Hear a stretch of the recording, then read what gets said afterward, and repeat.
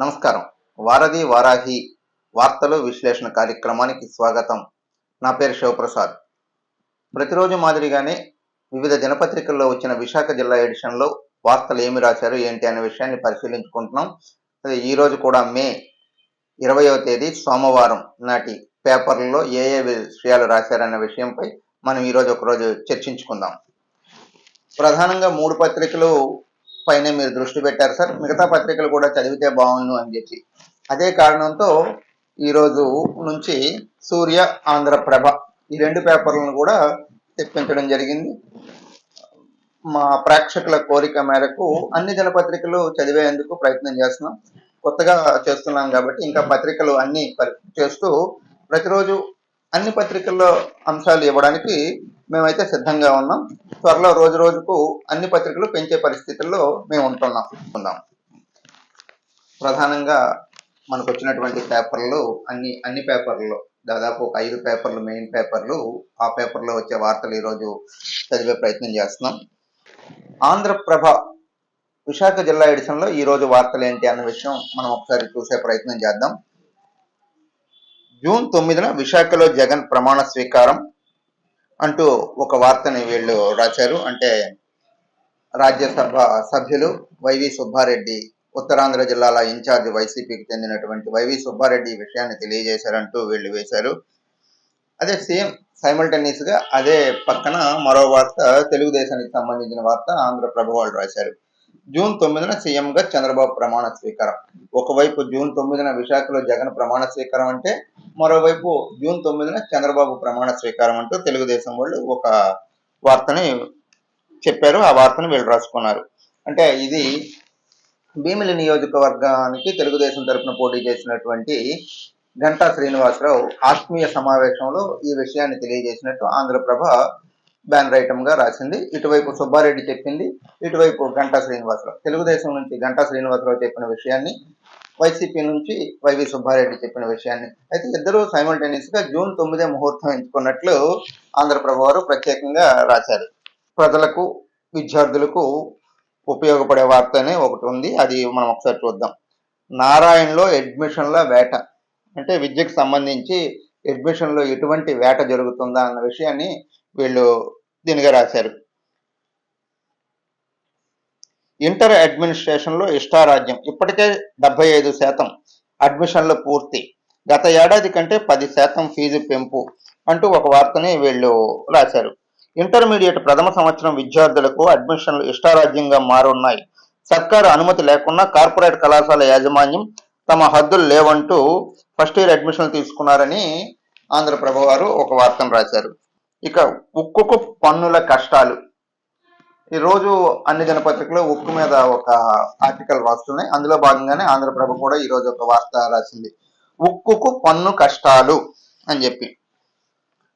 అసలే పీకల లోతుల్లో కష్టాలున్న విశాఖ ఉక్కు కర్మాగారానికి వివిధ సంస్థల బకాయిలు ఇబ్బడి ముబ్బడిగా గుదిబండగా మారాయంటూ ఒక వార్తని వీళ్ళు ప్రధానంగా చేశారు.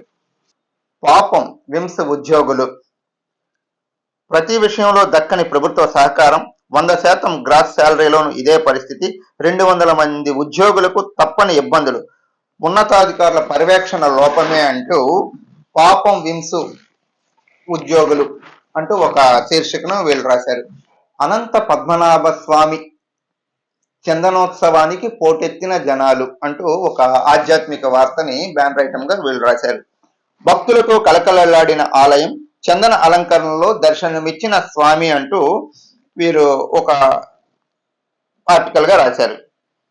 ఈ కార్యక్రమానికి చాలా ఏర్పాట్లు చేశారు, అవన్నీ సక్సెస్ అయినట్టు ఈ వార్త ఒకటి రాసుకొచ్చారు. బడి బస్సుల్లో భద్రత ఏది? పాఠశాలలు తెరిచే వేళ తలెత్తుతున్న ప్రశ్న. ఆటోలు, బస్సులు విద్యార్థుల తరలింపుపై భయం, ఆందోళన చెందుతున్న విద్యార్థుల తల్లిదండ్రులు. బస్సు సామర్థ్యం పరీక్షలు నిర్వహించాలంటూ విద్యార్థి సంఘాలు డిమాండ్ అంటూ ఒక వార్తని వీళ్ళు బడి బస్సుల్లో భద్రత ఏది అంటే, ఇటీవల కాలంలో బడి బస్సుల్లో ప్రయాణిస్తున్న వారు కొంత ఇబ్బందులు పడ్డారు. అంటే కొన్ని ప్రమాదాలు కూడా గురి చేసి ఆర్టీ వారు దీనిపైన దృష్టి పెట్టారు. ఇవన్నిటిని స్కూళ్ళు తెరిచే సమయం ఆసన్నమైంది కాబట్టి వీళ్ళందరూ విశ్లేషణాత్మకమైన కథనం సూర్య దినపత్రిక వారు ఉపయోగపడే ఒక వార్తని ఫస్ట్ పేజీలో బ్యానర్ ఐటమ్ గా రాశారు. ఈ తల్లిదండ్రులందరూ బస్సులు గురించి కళాశాలకు వెళ్ళి వాళ్ళతో ఎలా ఉన్నాయి బస్సులు అనే విషయాన్ని అడగొచ్చు. ఈ విషయాన్ని అంటే ఈ వార్త పేపర్ చూసి, సూర్య వార్త దినపత్రిక చూసి వెళ్ళి అడిగితే అప్పుడు ఎటువంటి ప్రమాదాలు జరగకుండా ముందు చర్యలుగా భాగంగా ఉంటుంది అన్నది సూర్య దినపత్రిక వాళ్ళ అభిప్రాయాన్ని వాళ్ళు ఒక ఆర్టికల్ రూపంలో రాసుకున్నారు. ఇక విశాఖ దక్షిణ నియోజకవర్గంలో ఒక ఆత్మీయ సమావేశం వంశీకృష్ణ శ్రీనివాస్ యాదవ్ ఏర్పాటు చేశారు. ఆదివారం ఏర్పాటు చేసినట్టున్నారు. దాన్ని వీళ్ళు బాటం ఐటమ్ గా సూర్య దినపత్రిక వారు తీసుకున్నాను. రానున్నది చంద్రబాబు ప్రభుత్వమే, విశాఖ ఉమ్మడి అభ్యర్థి వంశీకృష్ణ శ్రీనివాస్ యాదవ్ చెప్పినట్టు వీళ్ళొక వార్త రాశారు. ఇలా సూర్య దినపత్రిక నుంచి తీరం జన సముద్రం అనే ఒక సరదాగా ఒక ఆర్టికల్ రాశారంటే జనం సముద్ర తీరంకి బారులు తీరారు, సేద తీర్చుకునేందుకు బారులు తీరారు అన్న విషయాన్ని వీడు ఒక వార్తగా రాశారు. తీరం జన సముద్రం, సందర్శకులతో కలకలడాడిన విశాఖ రామకృష్ణ బీచ్ అంటూ ఒక వార్తని చేస్తూ ఒక ఫోటో కలకలలాడుతున్నటువంటి ఒక ఫోటోని వీళ్ళు ప్రచురించారు. ఇక విస్కోలో ఇష్టారాజ్యం, చక్రం తిప్పుతున్న తాత్కాలిక ఉద్యోగి అంటూ ఒక ఆర్టికల్ రాశారు.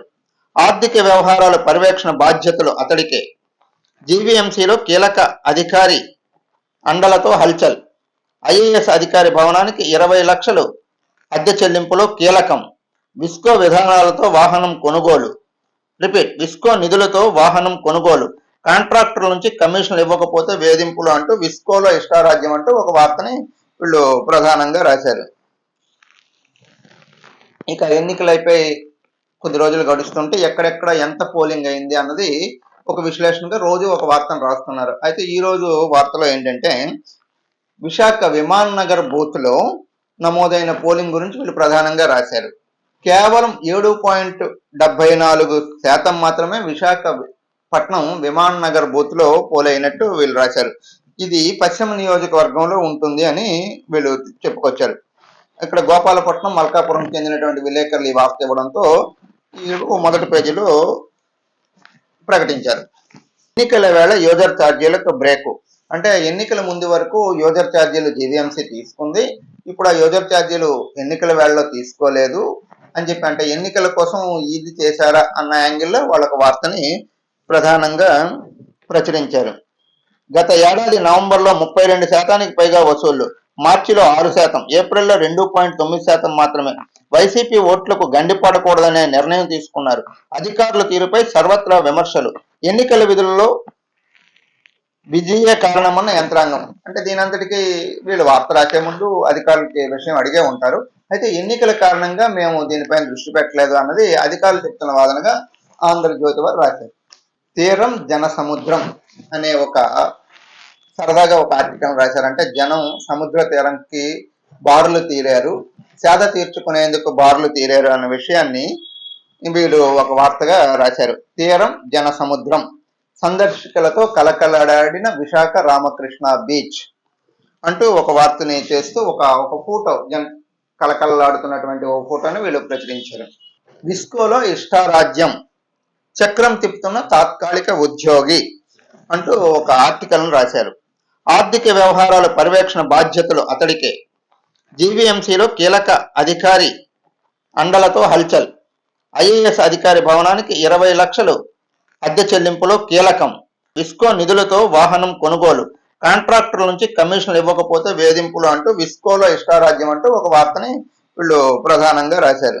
ఈరోజు కూడా అలాగే దానికి సంబంధించి ఒక ఫోటో, గంగపుత్రులకు జీవన చిత్రం అంటూ ఒక ఫోటోను వాళ్ళు వేశారు. నిరంతరం శ్రమిస్తూ ఏడాది కాలానికి పైగా సముద్రంలో చేపలకు వేటకు వెళ్లే మత్స్యకారులకు ప్రస్తుతం సెలవులో ఉన్నారు. ఏప్రిల్ 15 నుంచి జూన్ 14 వరకు 61 రోజులు సముద్ర జలాల్లో చేపల నిషేధం అమల్లో ఉండడంతో వారంతా బోటు మరామతులు, కొత్త బోట్ల తయారీ పనుల్లో నిమగ్నమయ్యారు. మరికొందరు పనులకు సిద్ధం చేసుకుంటున్నారు. జూన్ 15వ తేదీన వేటకు వెళ్లి సమయానికి సర్వం సిద్ధం చేసుకుంటున్నారు. రోజు మత్స్యకారులంతా బృందాలుగా పనుల్లో నిగ్నమవుతున్నారు. ఫోటోలు, దానికి సంబంధించిన ఫోటోలు సాక్షి ఫోటోగ్రాఫర్ తీశారు. ఇది ఇలా ఉంటాయి. సిటీలో సూపర్ సండే, అదే అది కూడా ఒక ఫోటో ఐటమే వీళ్ళు వేశారు. అంటే సిటీలో ప్రజలు ఎంత ఎంజాయ్ చేశారు సండేని అని చెప్పేసి ఒక కైలాసగిరికి సంబంధించిన ఫోటోను ఒకటి వీళ్ళు వేశారు. ఇక ఇలా ఉంటే ఆ, మనం సండే వచ్చిందంటే చాలు చికెన్ తినాలని చాలా మందికి ఉంటుంది. అయితే ఆ చికెన్ నిన్న ఒక్కసారి ఆకాశాన్ని కంటే ధర వచ్చింది అన్నది అందరికీ తెలిసిన విషయమే. దాన్ని వీళ్ళు ఒక ఆర్టికల్ గా కూడా రాశారు. కొండెక్కిన చికెన్ ధర, అంటే చికెన్ రేట్లు పడడంతో కొంత ప్రజలు ఇబ్బంది పడ్డారు అని చెప్పేసి ఒక వార్తని వీళ్ళు ప్రధానంగా రాశారు. కిలో చికెన్ ధర 300 రూపాయలకు చేరిక, ధర మరింత పెరిగే అవకాశం, వేసవిలో తగ్గిన కోళ్ల పెంపకం. అంటే దీన్ని ఏంటంటే వేసవిలో కోళ్ల పెంపకం తగ్గుతుంది కాబట్టి చికెన్ ధర పెరిగింది అంటూ వార్తను ఒకటి వీళ్ళు చెప్పారు. ఈనాడు పేపరు జిల్లా ఎడిషన్లో ఏం రాశారని ఒకసారి చూస్తాం. ఇక అన్ని దినపత్రికల్లో మనం చూసిన వార్తే ఈ పేపర్లో కూడా సైమల్టేనియస్గా, అంటే విలేకరులందరూ ఎట్లా పనిచేస్తున్నారు అన్నది మనం ఇది ప్రజలు తెలుసుకోవాల్సిన విషయం ఒకటి ఉంటుంది. నిన్న బీచ్ రోడ్లో విపరీతమైన జనాలు ఉన్నారు. అంటే అటు దారిలో వెళ్ళే వాళ్ళు, మా విలేకరులందరూ ఈ విషయాన్ని గమనించి దీన్ని ఒక ఆర్టికల్గా రాశారు. జన సముద్రంగా మారిందని చెప్పేసి ఒక పేపరు, మరొక సముద్ర విశాఖ సాగర తీరానికి తాగిన జన సందడి, ఇట్లా క్యాప్షన్స్ పెడుతూ రాశారు. అంటే అన్ని పేపర్లు ఒకే విధంగా ఒకే వార్తను ఎలా రాస్తాయి అంటే విలేకరులు అంత స్పష్టంగా పనిచేస్తూ ఉంటారు. అది దానికి సంబంధించి కిక్కిరిసిన తీరం అంటూ విశాఖపట్నానికి సంబంధించి జనాలు ఎలా ఉన్నారు అంటే వేసవి తాపానికి ఎలా అన్నది ఈ వార్త. ఆదివారం సెలవు కావడంతో ఆర్కే బీచ్ లో సేద తీరుతున్నందుకు పర్యాటకులు, నగరవాసులు పోటెత్తారు. పిల్లలకు వేసవి సెలవులు కావడంతో ఎన్నికలు కూడా ముగియడంతో సందర్శకుల తాకిడి మరింత పెరిగి రామకృష్ణ బీచ్ పరిసర ప్రాంతాలు కిక్కిరిసిపోయాయి. అలలతో ఆటలాడుతూ పాటలు పాడుతూ ఉత్సాహంగా గడిపారు. వివిధ ప్రాంతాల నుంచి వచ్చిన వారంతా తీరం అందాలను ఆస్వాదిస్తూ వాటిని చరణవాణిలో బంధిస్తూ హుషారుగా కనిపించారు. శరవాణిల్లో ఒక చిన్న తప్పు జరిగాను, అదే శరవాణిల్లో అంటే వాళ్ళ సెల్ ఫోన్లో మెట్ల మార్గానికి మోక్షం ఎప్పడం, అప్పట్లో మంత్రి చెప్పినా జరగలేదు అన్నది వీళ్ళ ఆలోచన విధానం. అంటే ఇది ఒక పరిశోధనాత్మక కథనం. ఇలాంటి వార్తలు రాయాలంటే దీని గురించి ఒక 3 నెలలో 2 నెలలో కష్టపడి దానికి ఉన్న వివరాలు అన్నీ తీసుకున్న తర్వాత ఇలాంటి వార్తలు రాస్తూ ఉంటారు కామన్ గా. కాబట్టి వీళ్ళు కూడా అదే మార్గంలో ఒక పరిశోధనాత్మక కథనాన్ని, మెట్ల మార్గానికి మోక్షం ఎప్పుడు, అప్పటి మంత్రి చెప్పినా కాలేదు అన్నది వీళ్ళ అభిప్రాయం. అంటే ప్రజల దగ్గర నుంచి కానీ ఇంకా వివిధ అధికారుల దగ్గర నుంచి కానీ విషయాలన్నీ సేకరించిన తర్వాత ఇలాంటి వార్తలు రాస్తూ ఉంటారు. సొమ్ములు పోశారు కళ్ళప్పగించారు అంటూ ఒక వార్తని వీళ్ళు ఆర్టికల్ రాశారనమాట.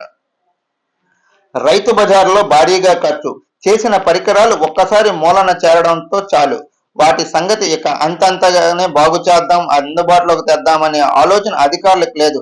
మార్కెటింగ్ శాఖ నిర్లక్ష్యంతో అటు రైతులు ఇటు వినియోగదారులు ఎన్నో ప్రయోజనాలకు దూరం అవుతున్నారు అని చెప్పి వీళ్ళొక వార్తని, పాడైన ఏసీ యూనిట్లు, అలాగే శీతలగడ్డంలో రైతులు ఉంచిన సామాగ్రి, ఎంఈపీ కాలనీ రైతు బజార్లో గిడ్డంగుల వద్ద వాహనాలు పార్కింగ్, ఇలా అంటే సొమ్ములు ఎలా వేస్ట్ చేస్తున్నారు, ప్రభుత్వ డబ్బుని ఎట్లా వేస్ట్ చేస్తున్నారు అన్నది ఒక ఆర్టికల్ రాశారు. దీంతో ప్రభుత్వ అధికారులు కానీ స్పందిస్తే ఇక ఈ ప్రజలకు మేలు జరుగుతుంది అన్న యాంగిల్లో ఆలోచించి ఈ వార్తని విశాఖపట్నానికి చెందిన సీనియర్ జర్నలిస్టులు రాసినట్టు అనిపిస్తుంది.